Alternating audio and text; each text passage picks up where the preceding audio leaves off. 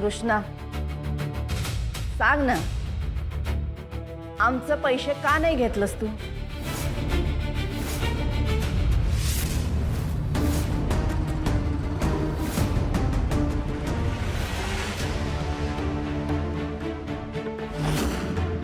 ती सांगणारच नाही, कारण खोट तिच्या मनात आहे.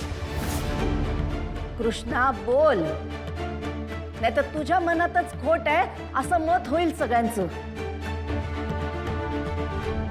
आई सांगून टाक, सांग. ते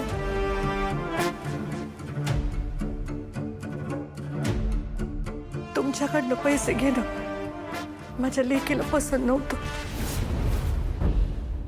पण आम्ही तर मदतच करत होतो.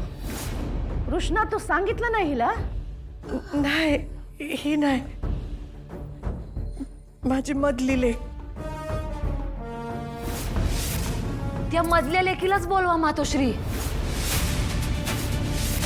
ही कृष्णा तिला उकसवून माझ्या नवऱ्यावर खोट्या पोलीस केशी टाकायच्या धमक्या देत असती. तिला बोलवा मातोश्री. हो सांगा तुम्ही. लय आगाव ती मधली. ते काय बारक्यापणी मला डोसकं फोडलं होतं या बाई. हा आता कळला का हिचा गेम? कृष्णा तुझ्या मधल्या लेकीला बोलव.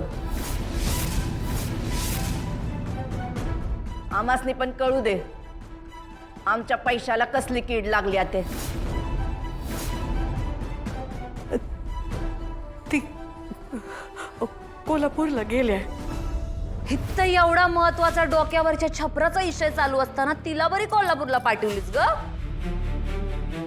ऐका सगळ्यांनी ऐका, ऐका चांगली आहे स्टोरी. अरविंदजी फोन द्या कृष्णाला.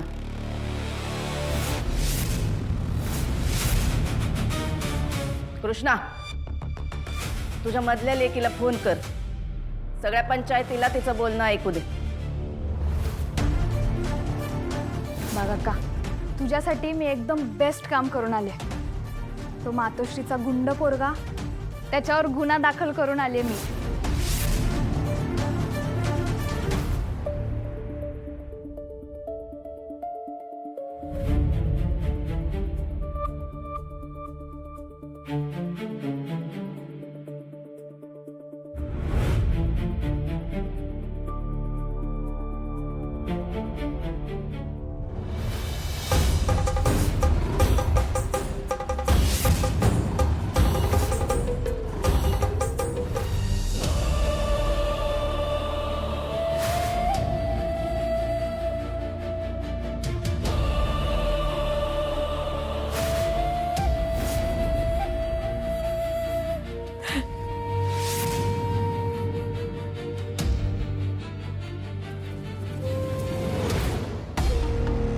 बघितलं का? बघितलं सगळ्यांनी? आता तरी पटलं का तुम्हासनी? खोट हिच्याच मनात आहे.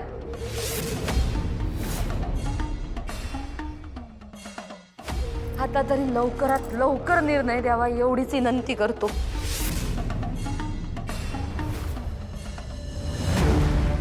आमच्यावर फार अवघड वेळ आणलीस कृष्णा.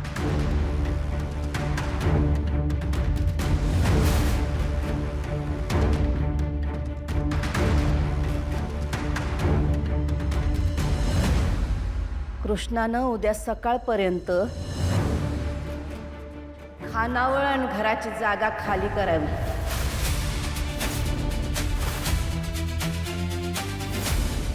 आणि इंदुराणीच्या ताब्यात द्यावी.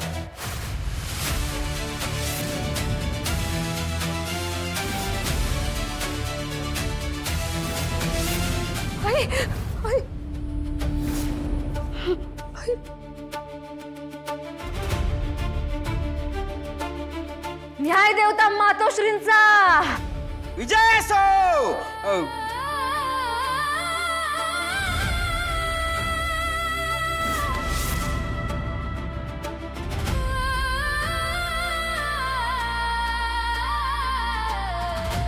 विजय असो.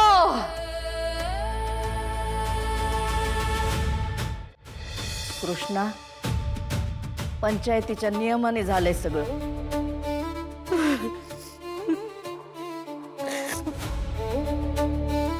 मला जागा खाली करा, थोडा वेळ द्या. मी टाइम द्या तयार आहे. टाइम द्या तयार आहे मी. अख्खा 1 महिना घे. फक्त एकच अट.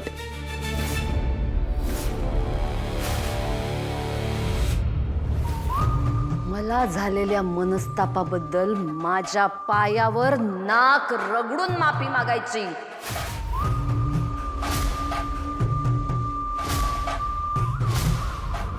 इंदुराणी, हे जास्त होत आहे हा. राहिलं मग मातोश्रींच्या नियमाप्रमाणे घर आणि खानावळीची जागा उद्याच्या उद्या खाली करायची.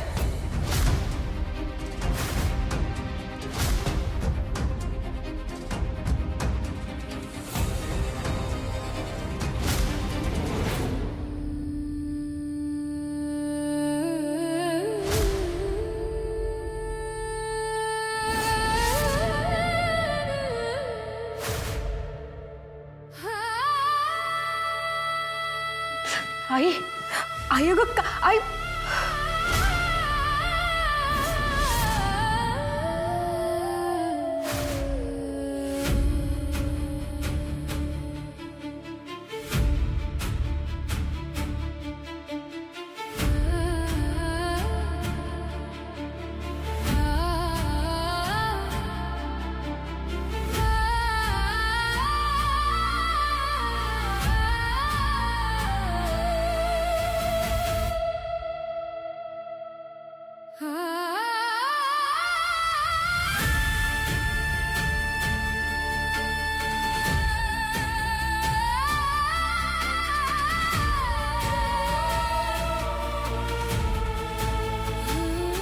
थांबा.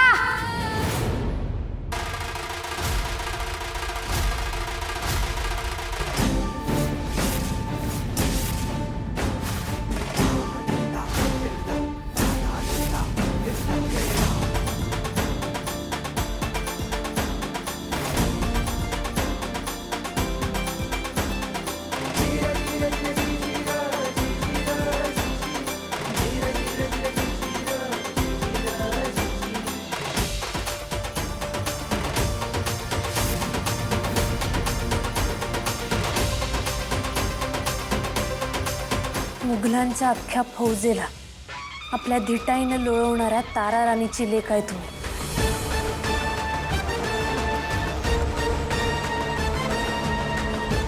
त्या बाजार बुनग्या बाईच्या पाया पडायची काय बी गरज नाही. बाजार बुनगी कुणाला म्हणलीस ग? तुलाच की. समोरासमोर 2 हात करायचं बळ नाही, म्हणून भावाच्या आणि नवऱ्याच्या जीवावर लपून छपून काड्या करणारी तू.